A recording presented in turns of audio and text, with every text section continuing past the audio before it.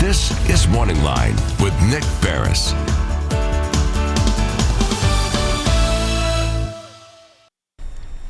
Good morning, everyone. Thanks for joining us on MorningLine.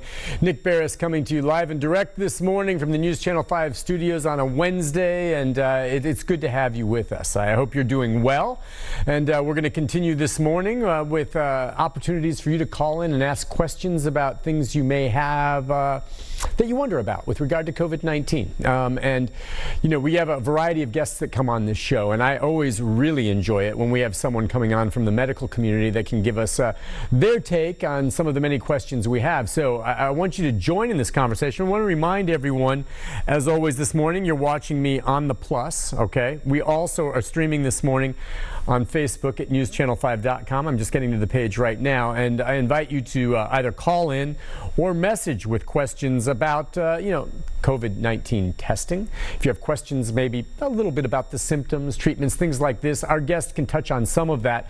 But yeah, he's very involved with what's happening here in Metro, and many of the same things happening here are happening elsewhere. So jump into the conversation or just sit back and listen. But we like to be interactive here, and you're welcome to join us as we're doing most of these shows along the line of the rebound and what it's going to take for us to get back to this new normal. Joining us this morning, electronically as always on Zoom, is Dr. Calvin Smith from over at Meharry Medical College. Good morning to you, sir. Can you hear me all right? Yeah, I can hear you great, Nick. Good morning. Good. Thank you so much for coming on. And yeah, I guess you're very involved with the testing aspect of all this, which we hear time and again, not only from the president, but the governor, as well as, local leaders, how important that is. Give me a little bit of a take of what's happening at Meharry and your involvement with the testing that we hope can expand to more and more people as we go along. Sure. So the past 7 weeks or so, we've been performing the testing, the nasopharyngeal swabs on our campus on 21st Avenue here in Nashville. We are seeing patients at this point. We're not screening necessarily for symptoms. We'll see anybody, and we will perform the test on anybody. We're mainly keeping track of statistics for the symptoms for statistical purposes. But otherwise, we're testing about 150 people per day at our site. And we've expanded in the past 2 weeks to going 5 days a week from initially going 3 days a week. That's great. And of course, we know there's other testing locations throughout the city and elsewhere in the state. So give me an idea for folks who maybe have not been tested, why you should go get tested, one, and if you have to have symptoms, or if not, maybe you're feeling fine, but I just want to go check and see if maybe I'm someone who's asymptomatic. And how long does it take to get the results back now for the ones you're doing? Sure. So, it's important for just about everybody to be tested at this point because, being a new virus, there's no cure for it. We're fully aware of that. People have studied kind of the best ways to follow whether a virus can be contained or not. And one of the biggest ways is to do what we call contact tracing. And contact tracing basically isolates people who have had the virus and their contacts and looks around to see how it's been spread, who's been asymptomatic and spreading it, who has actually had the virus. And so, most of the people that are transmitting the virus are actually asymptomatic or have mild symptoms. And so it's a good idea to just know whether you have it or not, and that way you can quarantine yourself, you can limit your contact with other people. It's important from that standpoint. And then, as far as the symptoms, that are really specific for it, like the loss of taste and things like that, when you start to notice those things, you definitely should come in and be tested. Again, for the purposes of quarantining yourself. We can't do this forever, but we definitely want to try to eliminate as much of the serious cases as we can and keep those resources for those that really need them.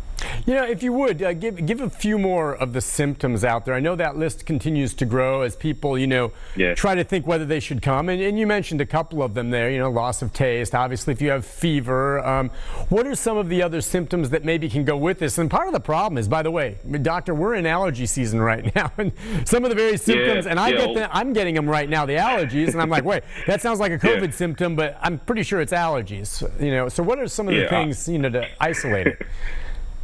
Yeah, I'm a Southern guy myself, growing up in Atlanta, so this is really confusing a lot of times for the doctors. But the specific things to look out for, like I mentioned before, the loss of taste and smell, that's a huge one because that's really unique to this particular virus. fevers that you can't really control with Tylenol or ibuprofen. You're taking Tylenol, ibuprofen, you're still above 101, things like that. The dry cough, not necessarily, most of the time with asthma and with the allergy season, your cough is going to consist of some things you're bringing up. But this has more of a dry cough, and there's usually a lot of pain associated with it or uncomfortable tightness in your chest, which is a little bit different. Asthma patients will have that, but generally patients with just general allergies don't have that particular thing. And then other things like diarrhea. The newest thing that's been out is what we call COVID toes. So we're finding that COVID actually attacks the blood vessels. And the blood vessels in the hands and feet especially are small blood vessels and are prone to getting clogged up, for lack of a better way of explaining it. And so we're seeing people with those reddish toes that look like this might be a rash or something like that. That's also pretty specific for it. And I've got a question here from Ivy and some others on Facebook, and we're going to get some calls here in a moment. But so is it okay in your mind if someone feels, I don't have any of these symptoms, but I've been out and about and I'd like to go get tested? One, is that okay to go ahead and do it? And again, it doesn't cost anything. And two, from my perspective, I wouldn't want to do it. And by the way, I did go get tested last week and I didn't have symptoms. But I checked first. I want to make sure I'm not taking a test from someone else who maybe has a symptom that really needs it. Yeah, so at this point, our resources are much better than where they were when we started. So I wouldn't feel any shame or any idea that I'm taking away from anybody. I think at this point, it's fine for people who are asymptomatic, especially if you haven't had a contact or have some suspicion. But generally, anybody, it's okay at this point. You're not taking resources away from anyone. And again, it helps with the contact tracing and things of that nature. I personally have also had the test done. And, it's not the most comfortable test, and we tell people that, but it's quick. And we really pride ourselves on trying to do it very gently. We're actually expanding out to the other two sites. So the Meharryans will be joining the sites at Nissan and on Murfreesboro Pike as well. And we really pride ourselves on patient comfort and really explaining as much as we can to patients about what's going on, because it's a fearful time, too. And, information helps alleviate a lot of those concerns.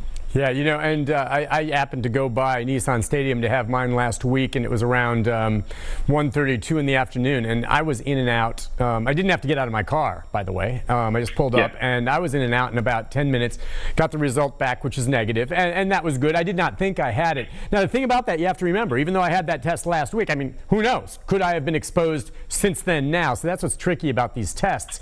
You go and you get a negative response, but gosh, in the week since, well, I don't know. Could I have picked it up since then? So you just can you go back and get a second test 2 or 3 weeks later? Is that okay if you choose to? If you have a negative test, I don't see any problem with it. Technically, there's no issue with going back and getting tested. There's still so much we don't know. And you asked earlier about the turnaround for the test. Yeah. Currently, we're averaging about 2 to 3 days in the turnaround for our test.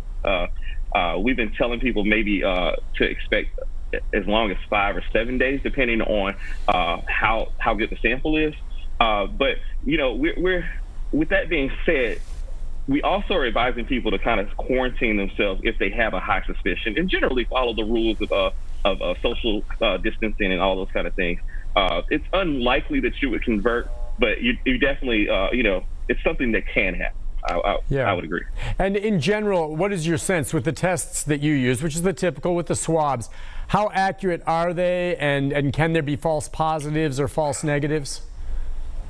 Yeah, our tests are about as accurate as any of them in the United States, which is to say they're very accurate. I would say they fall in the range of about 90%, which in general is not the greatest from medical terms, but considering that this is a brand new virus and the thing that really complicates things is that we call it corona and COVID and all these kind of things. There's several different coronaviruses. Right. And so to be specific about this particular strain, the test that we have now is actually very specific for that particular strain.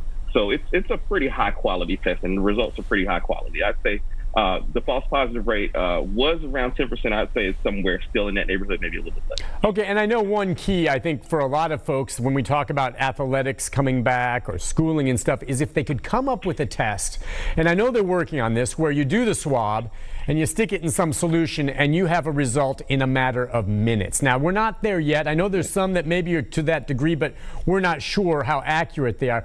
What is your take? What have you heard on that front? And is the day coming where we'll have an accurate test where you can get a result literally, 1, 2, 3 minutes later? Yeah, my understanding of it is that it's coming pretty quickly. The way that we perform tests now is so much different from the way that the tests were performed in the past. I mean, I'm talking about even from 5 years ago, where they would have to wait several hours a day for the medium to grow a virus and all those kind of things. Now we can just sequence the DNA using what we call PCR, polymerase chain reaction. And we can look at the sequence of the virus and specifically nail down this is it right here, and it can happen in a matter of moments, like a matter of a few minutes, depending on how long the sequence is. Most viruses have pretty short sequences, so generally it can take, thinking of a test that might take minutes is not unrealistic, and it's coming soon, hopefully. Excellent. All right. Well, listen, I see a lot of great comments and questions coming in on Facebook for you. We have a couple people on hold. So we'll take a break, and when we come back, Dr. Smith will be taking some of your calls as we continue our coverage of the COVID-19 pandemic and some of the latest with regard to testing, which is really very interesting. The doctor answering a lot of good questions here. We'll take a break, doctor. We'll be right back right after this. Stay with us.